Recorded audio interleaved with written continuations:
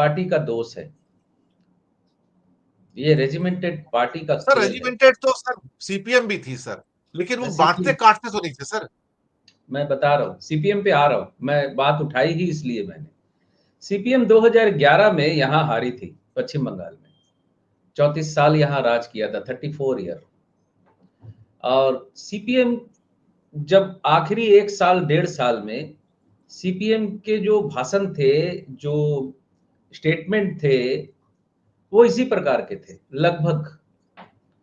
मतलब सीपीएम ने वो नहीं किया, धार्मिक ध्रुवीकरण नहीं किया, लेकिन मारकाट की बात तो करते थे। अब उन्होंने क्या हुआ कि ममता बनर्जी बड़ी पॉपुलर लीडर थी, यानी है पश्चिम बंगाल में अभी भी, तो ममता बनर्जी के खिलाफ वो डायरेक्ट अटैक करते थे कि उसने विवाह नहीं किया, उस इसलिए लाल सिंदूर नहीं लगाती, लाल बिंदी नहीं लगाती है, इसलिए लाल पार्टी से उसको चिढ़ है। यानी सीपीएम को लाल पार्टी कहा जाता है क्योंकि वो विवाहित नहीं है, वो सिंदूर नहीं लगाती हैं, लाल बिंदी नहीं लगाती, इसलिए लाल से उन्हें चिढ़ है। ये निम्न स्तर के डायलॉग थे, और भी बहुत से ऐसे थे जो मैं नहीं उच्चारण करना चाहता। तो सीपीएम आखिरी समय में जाने के पहले ना इतनी ही उग्र हो गई थी, संगठन को ये गुमान हो जाता है कि हमारा संगठन इतना मजबूत है कि हम वोट बॉक्स को तो हम भर ही लेंगे किसी भी तरीके से।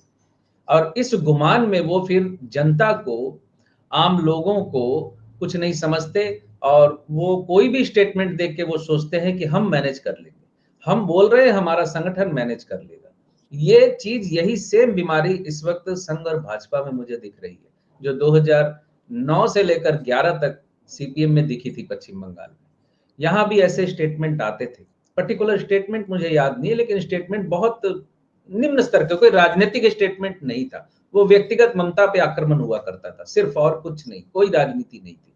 यहाँ भी कोई राजनीतिक बात नहीं है, बटेंगे तो कटेंगे, रोहिंग्या आ गए तो निकाल दीजिए, आप, आपके हाथ में है सब कुछ। तो इस तरह की बातें ही आज तो सोशल मीडिया में बड़ा छाया हुआ है कि झांसी में 10 बच्चे जलकर मर गए और चीफ मिनिस्टर दूसरी जगह भाषण दे रहे हैं। तो यही दोष है रेजिमेंटेड पार्टी का। वो क्या है ना, जो होता है, जो हो रहा है, उसका उच्चारण नहीं करते। मैं सोशल मीडिया में एक चीज, बड़ी चीज नोट कर रहा हूं आजकल, मैं ऑब्जर्वेशन करता हूं कि झूठ को कई स्तर पर फैलाया जा रहा है, और इतने त्रिस्त्री या सप्तस्त्री या 10 स्त्रियों को भी पार करके इतने लंबे स्तर पे झूठ फैलाया जा रहा है कि आम इंसान जो है ना, सच और झूठ में से वो पकड़ नहीं पा रहा है कि झूठ क्या है, सच क्या है। सोशल मीडिया में एक पोस्ट बहुत आती है, अमिताभ, कैमरा खुला रह गया था क्या, अमिताभ बच्चन की जिंदगी का ये अंत है। मुकेश अंबानी का कैमरा माइक ऑन था, मुकेश अंबानी को मालूम नहीं क्या उनकी माने बिजनेस का ये अंत है। ये एक झूठी फेक न्यूज यहाँ चलती है, लोग देखते हैं। बाइडेन बाइडेन का माइक खुला रह गया था और वो हाँ चाइना हाँ, को कुछ कह रहे हाँ थे। हाँ, इस ये एक फेक न्यूज बड़ी गजब चलती है यार, मैं बड़ा आश्चर्य होता हूँ कि ये चल रही है। ये लोगों के दिमाग के साथ खेला जा रहा है, लोगों के दिमाग के साथ, ताकि लोग सच और झूठ का अंतर ना कर सके। जो सच है उसको झूठ बना दिया है। जैसे नेहरू जी के बारे में एक लंबी फेहरिस्त है जिसका जो झूठ उन्होंने फैला दिया। आप यकीन मानिए, जो नेहरू के खिलाफ बोल रहा है, लिख रहा है, उसको यकीन है कि वो सच है, वो यूं ही नहीं लड़ रहा है। उसको यकीन है कि हाँ, नेहरू जी के कपड़े पेरिस जाया करते थे, नेहरू जी की पत्नी के मृत्यु के वक्त नेहरू जी किसी और के साथ थे, ये सारी बातों पे उनको यकीन हो गया है। ये सच और झूठ का जो फासला ऐसा मिटा है। वो कंपनी फिल्म में राम गोपाल वर्मा बड़ा जहीन डायरेक्टर है, मुझे वो बहुत पसंद है। उसने एक बात कही थी, वो वहां फिल्म में करेक्टर था कमिश्नर, क्या नाम है, श्रीनिवासन।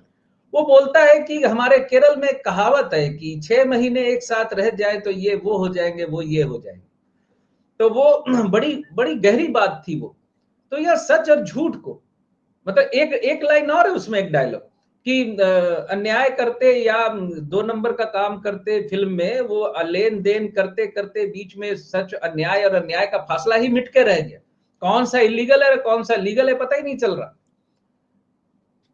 तो ये स्थिति कर दी है सोशल मीडिया पे। मैं सच बताऊं, मैं अगर प्रोफेशनली एस्ट्रोलॉजर नहीं होता तो मैं सोशल मीडिया छोड़ चुका होता, कम से कम फेसबुक ट्विटर तो छोड़ चुका होता।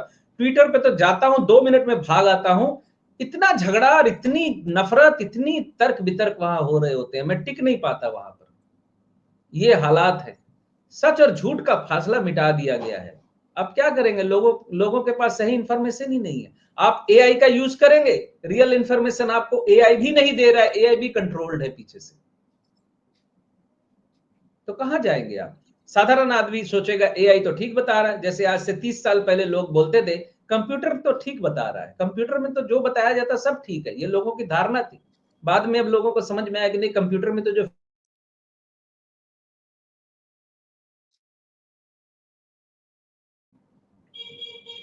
जब तक लोग समझेंगे तब तक तो हाथ से जा चुका होगा। तो ये जो राजनीति चल रही है ना 2010-11 में, मैं पश्चिम बंगाल में देख चुका हूं और बड़ा कोरिलेट करता हूं मैं इस चीज को। और सच कहूं तो ये नफरत की अति होती जा रही है। राजनीति पे कोई बात है?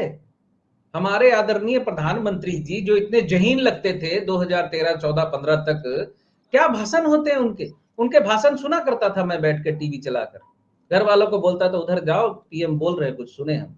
बड़ी बुद्धिदीप्त बातें होती थी, बड़ी समझदारी वाली बातें हुआ करती थी। चलो कांग्रेस का दोस्त भी कुछ निकालते थे तो हमको लगता था कि हाँ कांग्रेस को तो ये करना चाहिए था, उन्होंने नहीं किया। लेकिन फिर आपने भी तो नहीं किया।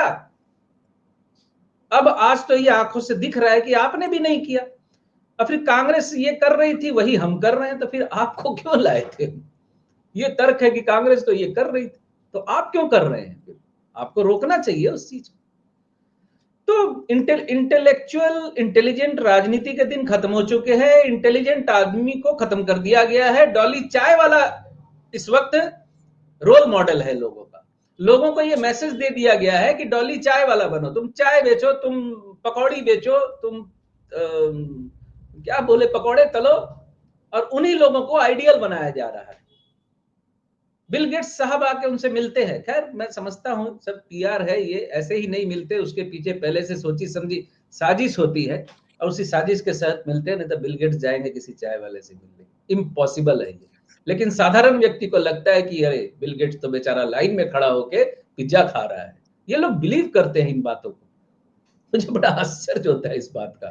तो हमारे रोल मॉडल कौन है सर इस वक्त? किसको रोल मॉडल बनाया हुआ है? बिल्कुल सही कहा।